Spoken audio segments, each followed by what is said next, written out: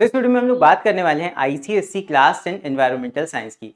तो मोस्ट बच्चों का यहाँ पे पेपर खत्म हो गया है, बोर्ड एग्जाम खत्म हो गया है, लेकिन अभी भी कई ऐसे बच्चे हैं जिनका एनवायरमेंटल साइंस का पेपर बचा है। यहाँ पे हम बात करेंगे पेपर का पैटर्न मार्क कैसा आता है और इस एग्जाम की हमें किस तरह से तैयारी करनी है, इसकी स्ट्रैटेजी की भी बात करेंगे। तो इसीलिए इस वीडियो को पूरा एंड तक जरूर देखना, बिकॉज ये वीडियो तुम्हारे एग्जाम की प्रिपरेशन में काफी ज्यादा हेल्प करने वाला है लास्ट मोमेंट पे। तो यहाँ पे ईवीएस के हमारे दो पेपर्स होते हैं, एक हमारा होता है थ्योरी पेपर जिसका हमें पेपर देना है, एंड एक तुम्हारा इंटरनल मार्क्स, यहाँ पे ये इंटरनली तुमको दे दिया जाता है। सो theory paper is of 80 marks and इसका पैटर्न कैसा होता है इसको देख लेते हैं।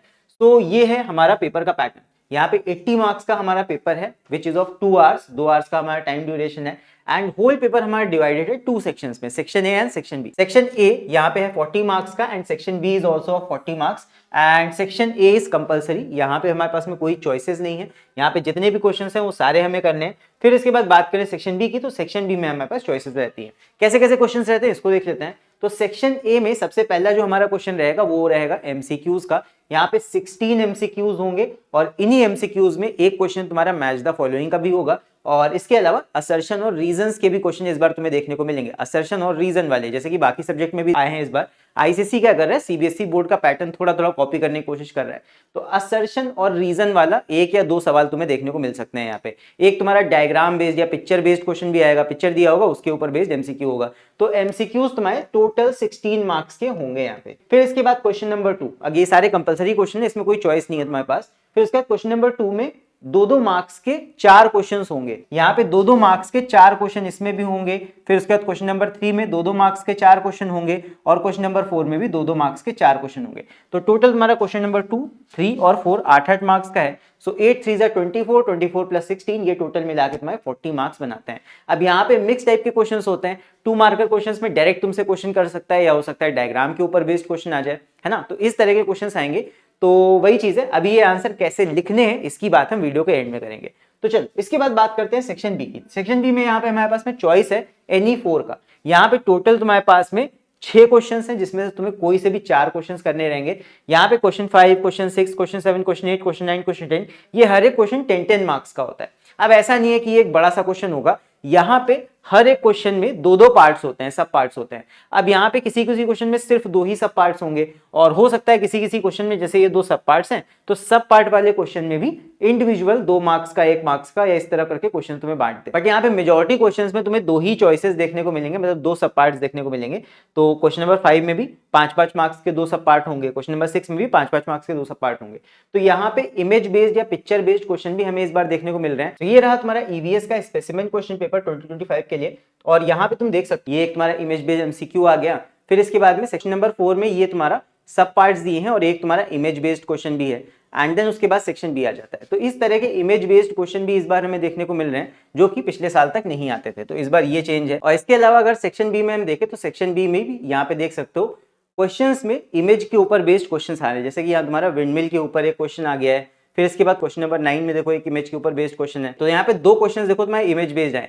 तो ये पहले नहीं होता था, बट इस बार ऐसा देखने को मिल रहा है दैट क्वेश्चंस में जो सेक्शन बी के क्वेश्चंस होंगे उसमें थ्योरी के क्वेश्चंस तो हैं, बट कुछ क्वेश्चंस में तुम्हें इमेज बेस्ड सवाल भी देखने को मिलेंगे। तो यहाँ पे इमेज से तुम्हें निकालना पड़ेगा कि ये किस बारे में बात हो रही है। तो यहाँ पे थोड़ा ज्यादा तुम्हें और समझदारी से काम लेना होगा, पिक्चर को देख के सही सही आंसर करना होगा। वापस आते हैं पैटर्न पे। तो यहाँ पे पैटर्न को अगर हम देखें तो 6 क्वेश्चन यहाँ पे हैं जिसमें से हमें कोई 4 करने हैं और हर क्वेश्चन में सब पार्ट्स हैं। तो इनकी भी तैयारी हमें पूरे सिलेबस से करनी है। तो अब यहाँ पे बात आ जाती है कि यहाँ पे हम सिलेबस में कितना पार्ट पढ़ के जाएं, अच्छे से पढ़ के जाएं या कोई चैप्टर हम छोड़ भी सकते हैं। तो देखो सीधी सी बात है, यहाँ पे हमारे पास में कोई फिक्स चैप्टर कॉम्बिनेशन नहीं है। ऐसा नहीं है कि यहाँ पे हर एक क्वेश्चन एक पर्टिकुलर फिक्स चैप्टर से आता है। यहाँ पे तुम्हारा कोई भी क्वेश्चन किसी भी चैप्टर का हो सकता है, किसी भी क्वेश्चन में किसी भी चैप्टर से सवाल हो सकता है। तो यहाँ पे एज सच हमारे पास में कोई फिक्स्ड चॉइस नहीं है, लेकिन फिर भी यहाँ पे तुम एक काम कर सकते हो। देखो यहाँ पे जो सेक्शन ए है इट इज कंपलसरी पार्ट, ये तो तुम्हारे पूरे सिलेबस से क्वेश्चंस आएंगे, बट छोटे क्वेश्चंस आएंगे।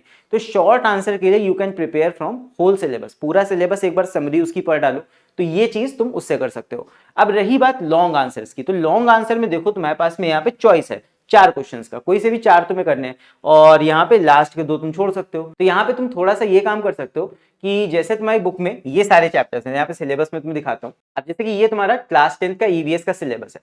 तो यहाँ पे जैसे तुम्हारा पहला पार्ट है कंट्रोलिंग एयर पोल्यूशन, ये तो कंपैरेटिवली इजी है, तो इसको तुम पूरा कर सकते हो, राइट। एंड उसके बाद में किसी किसी चैप्टर में तुम कुछ पार्ट छोड़ के जा सकते हो, कुछ पार्ट छोड़ के जा सकते हो। मान लो अगर वो चॉइस में आ जाता है तो उसको तुम वहां पे छोड़ देना। फिर जैसे आते हैं एड्रेसिंग पॉपुलेशन, इसमें जैसे मान लो कोई पर्टिकुलर हिस्सा तुमको टफ लगता है या बहुत ज्यादा मुश्किल लग रहा है, तुम उसे छोड़ सकते हो। तो हर चैप्टर में एक या दो टॉपिक तुम छोड़ के जा सकते हो, चांस की बात है अगर वो मान लो पूछ लिया गया। अब वो तुम्हारी किस्मत के ऊपर भी देखो है, यहाँ पे कंप्लीट कोई ऐसी स्ट्रैटेजी नहीं है, बट हाँ तुम यहाँ पे चांस ले सकते हो और जो इजी टॉपिक्स हैं उनको खास तौर पे कवर कर लो, और जो मुश्किल टॉपिक्स लग रहे हैं किसी किसी चैप्टर में, ऐसा भी नहीं कि हर चैप्टर में तुम एक एक चीज छोड़ के जा रहे हो, बट किसी किसी चैप्टर में जैसे कोई पार्ट अगर टफ लग रहा है तो उसको तुम छोड़ सकते हो। और बाकी जो मेन यहाँ पे इंपॉर्टेंट टॉपिक्स में लग रहे हैं, लास्ट ईयर के पीवाईक्यूज तुम देख सकते हो, उनमें से जो तुम्हें इंपॉर्टेंट टॉपिक्स लग रहे हैं उनको तुम देख के जा सकते हो। तो ये सारा तुम्हारा सिलेबस है, सिलेबस का लिंक मैं यहीं पे वीडियो के डिस्क्रिप्शन में दे दूंगा, वहां जाके तुम इसको डाउनलोड कर सकते हो। ये तुम्हारा 2025 का सिलेबस है, इसको प्रिंट आउट निकाल के रख लेना जब तैयारी करना,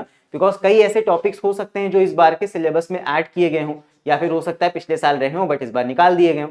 तो इसीलिए सिलेबस का लिंक नीचे है, उसको डाउनलोड कर लेना, फिर इसके अकॉर्डिंगली किताब से पढ़ना। इसके बाद अब बात कर लेते हैं पेपर के पैटर्न के ऊपर वापस आते हैं। तो ये तो हो गया हमारा पेपर का पैटर्न। अब हम बात कर लेते हैं पेपर के टाइम मैनेजमेंट की, किस तरह हमें टाइम को मैनेज करना है, किन किन बातों का हमें खास तौर पे ध्यान रखना है।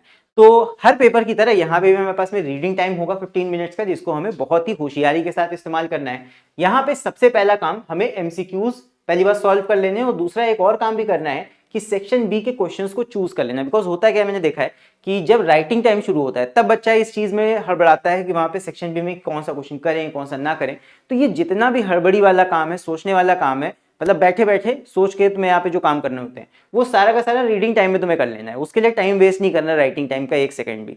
यहाँ पे जब तुम्हारा रीडिंग टाइम चल रहा होगा उसी समय तुम्हें डिसीजन बना लेना है कि कौन सा क्वेश्चन तुमको करना है, कौन सा क्वेश्चन तुम्हें आता है सेक्शन बी में, किसमें ज्यादा मार्क्स तुम्हें आ सकते हैं। ये सारा स्ट्रैटेजी कब बनाना है, during reading time of 15 minutes. इसी में जो कुछ सोचने वाला काम है वो सारा इसमें करो। फिर उसके बाद एमसीक्यू सॉल्व करो। भाई 5 मिनट तुम ये सोचने में ले सकते हो, 5 मिनट इसमें लगा दो और बाकी के 10 मिनट एमसीक्यू सॉल्व करने में कर दो। 10 मिनट में सॉल्व कर ले जाओगे एमसीक्यू, राइट। 10 मिनट में तुम सॉल्व कर सकते हो, दिमाग में सॉल्व कर सकते हो, और इतना टाइम सफिशिएंट है। अगर एक दो एमसीक्यू बच जाता है तो वो राइटिंग टाइम में हो जाएगा, बट काफी टाइम तुम्हारा बच जाएगा अगर ये काम तुम रीडिंग टाइम में कर लेते हो। फिर आते हैं राइटिंग टाइम में। ये तुम्हारा राइटिंग टाइम यहाँ से शुरू हो गया।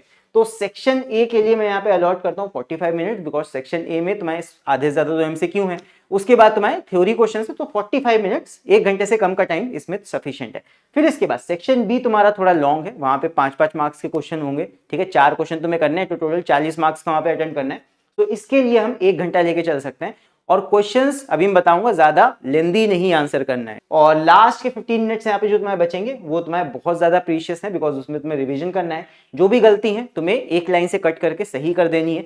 जितनी कम गलतियां होंगी उतना ज्यादा तुम्हें मार्क्स अच्छे मिलेंगे। तो ये यहाँ पे टाइम मैनेजमेंट हो गया। अब इसके बाद यहाँ पे बात कर लेते हैं कुछ इंपॉर्टेंट चीजों की, जैसे कि फॉर एग्जाम्पल यहाँ पे मैं सजेस्ट करूंगा कि पॉइंट्स में आंसर करना। इससे होता क्या है, देखो यहाँ पे आंसर छोटा हो जाता है। यहाँ पे तुम्हें पैराग्राफ वाइज अगर आंसर लिखोगे तो बहुत लंबा आंसर भी जा सकता है, बट पॉइंट वाइज लिखने में क्या होता है, अगर जैसे मान लो तुमने 1 पॉइंट 3 लाइन का लिख दिया, 2 या 3 लाइन का 1 पॉइंट, तो उसके मार्क्स पक्के हो जाते हैं। फिर अगर सही पॉइंट होगा तो तुमको 1 मार्क्स मिल जाएगा, और वहीं पे मान लो तुमने पूरा पैराग्राफ लिख दिया, वहां पे समझ ही नहीं आ रहा एग्जामिनर को मार्क्स कितने दें, 4 मार्क्स का क्वेश्चन है या 5 मार्क्स का क्वेश्चन है, तुमने पैराग्राफ पूरा लिख दिया, तो 5 में से हो सकता है तुमको 4 ही मार्क्स मिले। तो पॉइंट्स में लिखने का फायदा ये है कि अगर जैसे मान लो 5 मार्क्स का सवाल है, जो कि कई यहाँ पे तुम्हें 5 मार्क्स के सवाल दिखेंगे, तो 5 पॉइंट लिख दो, पूरे 2-2 लाइन के 5 पॉइंट्स लिख दो, एक लाइन छोड़ के। जैसे मान लो 1 पॉइंट लिखा, फिर लाइन छोड़ा, फिर अगला पॉइंट लिखा, फिर लाइन छोड़ा, फिर अगला पॉइंट लिखा, तो इस तरह फिक्स हो जाता है कि तुमने 5 पॉइंट लिखे हैं, तो पूरे 5 मार्क्स में मिल जाएंगे। और यही काम तुम्हें कम मार्क्स वाले क्वेश्चंस के लिए भी करना है। जैसे मान लो 2 मार्क्स के क्वेश्चन तुम्हें कई देखने को मिलेंगे सेक्शन ए में, तो 2 मार्कर क्वेश्चन में 2 पॉइंट्स पूरे लिख दो। तो पॉइंट वाइज आंसर करना, और इससे तुम्हें मार्क्स मिलने के चांसेस और भी बढ़ जाएंगे, ज्यादा अच्छे मार्क्स मिलते हैं। फिर इसके बाद सेकंड चीज, यहाँ पे इस बार हमें पिक्चर बेस्ड क्वेश्चन भी देखने को मिल रहे हैं। तो पिक्चर बेस्ड क्वेश्चन में थोड़ा एनालाइज करना, बारे में पिक्चर है, किस बारे में पिक्चर बात करिए, और उसके अकॉर्डिंग क्वेश्चन का आंसर करना। और किसी क्वेश्चन में जैसे मान लो आंसर तुमसे पूछा गया और उसमें कोई डायग्राम अगर है, तो डायग्राम बना के एक्सप्लेनेशन कर देना तो ज्यादा अच्छा रहता है, बिकॉज उसमें तुमको लिखना थोड़ा कम पड़ेगा और डायग्राम की हेल्प से एक्सप्लेन भी जल्दी हो जाएगा, अगर किसी क्वेश्चन में बना सकते हो तो। ऐसा नहीं है कि हर क्वेश्चन में तुम डायग्राम बना दो, वो भी नहीं करना। इसके बाद पेपर ऑलरेडी लेंदी है, तो यहाँ पे डोंट डू एक्स्ट्रा क्वेश्चन। बच्चे पूछते हैं कि सर एक्स्ट्रा क्वेश्चन कर दें, एक्स्ट्रा मार्क्स मिल जाएंगे, बट ऐसा होता नहीं है रियल लाइफ में। यहाँ पे सेक्शन बी में जो भी तुम क्वेश्चंस करोगे, 4 क्वेश्चंस के आगे वाले वो कट कर दिए जाते हैं, और शुरुआत के ही 4 क्वेश्चंस या 4 आंसर्स चेक किए जाते हैं। तो इसीलिए एक्स्ट्रा क्वेश्चंस करने में टाइम वेस्ट मत करें, सिर्फ उतने ही क्वेश्चंस करें, 4 क्वेश्चंस जो बोले गए हैं, और उन्हीं को ही अच्छे से आंसर करने की कोशिश करें, साफ साफ सही सही।